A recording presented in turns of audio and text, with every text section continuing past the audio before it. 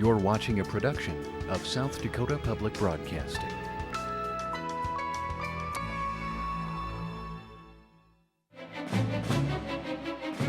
We spent 156 days in an area called Sandbag Castle.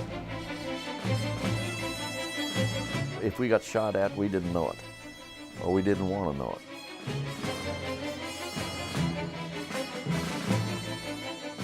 I just grabbed him and hugged the ground tight. And boy, we took that round about 8 feet from us.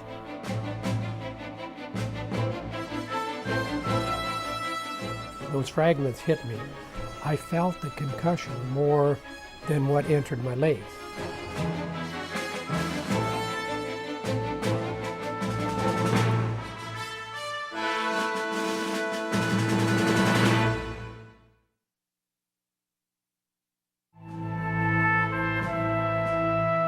The Korean War was fought from 1950 to 1953 and pitted the United States, South Korea, and their UN allies against North Korea and the Chinese Communists.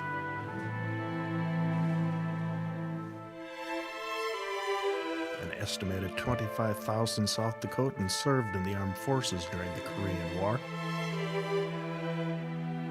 and 160 died during the conflict. For some, the Korean War was their first wartime experience and their last. For others, just another chapter in a military career. But for all who served, Korea was an experience unlike any other in their lives. Here are some of their stories.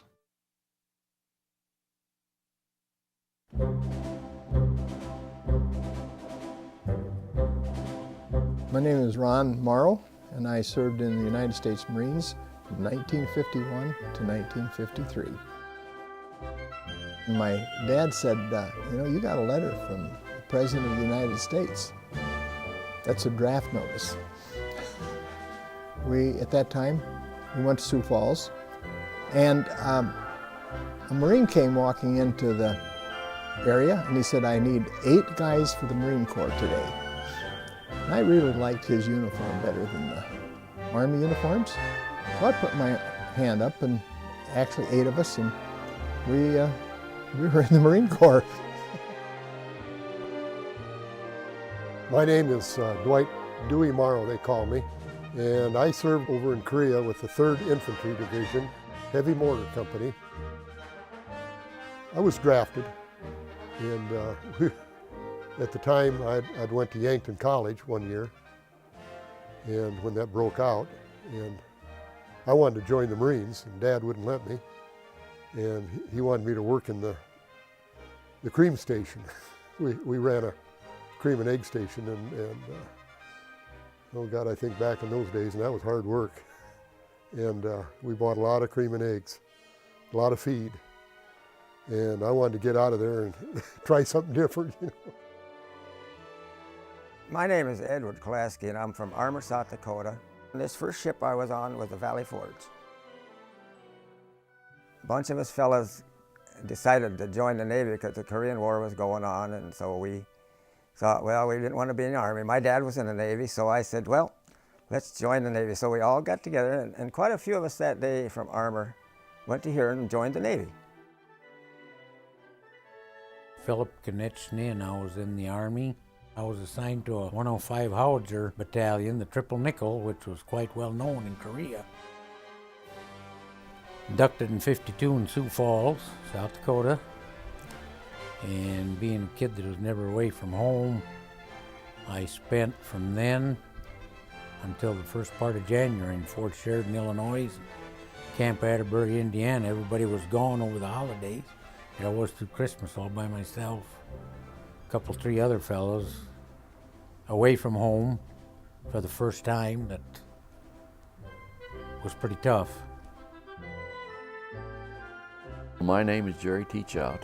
I was a World War II recallee. I was a 2nd lieutenant, promoted to 1st lieutenant before I came home. We knew we were recalled for the Korean War. And in my case, I was already an instructor pilot in a type of airplane that we knew they were using in Korea, which was the C-46. And so when I went over there, there weren't enough C-46s to go around. We flew C-47s. And then finally, we got enough C-46s literally out of the junkyards. We had pretty good planes when we left, but then the Marines needed some good planes, so they gave us some older planes. And they took the better Corsairs, and they gave us a bunch of old planes. But we got by, but we had a lot of tough luck with some of these planes. Some of them were just bad, you know. And during this 9 months, we lost pretty much every plane we had. And because some of them just, you know, crashed, but a lot of them got shot down like with small arms fire. You know, they flew real low ground support for the Marines.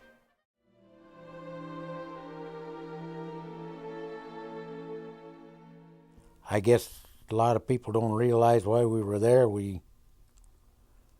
I guess I feel very lucky that I was one of them that got to come home and have a life. And I had a very understanding family that put up with a lot. When I first got home, if I lay down on the floor, or like when we first got married, you didn't dare touch me, because I'd just come unglued, because they had a bayonet in our back all the time when they were marching us. And I guess it took a long time to get over it. And I couldn't talk about this for years. It's just been a few years that I've been able to say a few words to other people about it. I'm sure the United States did the right thing then to try to stop communist aggression, because they had to run over South Korea, and God knows where they'd have went then, you know. Vietnam would have probably came earlier, you know, and all those countries would have got run over. At the time General MacArthur was relieved of the commands in the Far East, I think the American public supported him. You can remember his return to Congress, and old soldiers never die, you know, they just fade away. But I think probably people now understand that he was going to get very, very aggressive with the Air Force in bombing the Chinese. And I think politically, politicians knew that this might possibly set off World War III, and probably in retrospect, maybe President Truman did the right thing. I didn't think so at the time, though. You know, being in the service was fine. I wouldn't give that up for nothing. I think everybody should have that experience.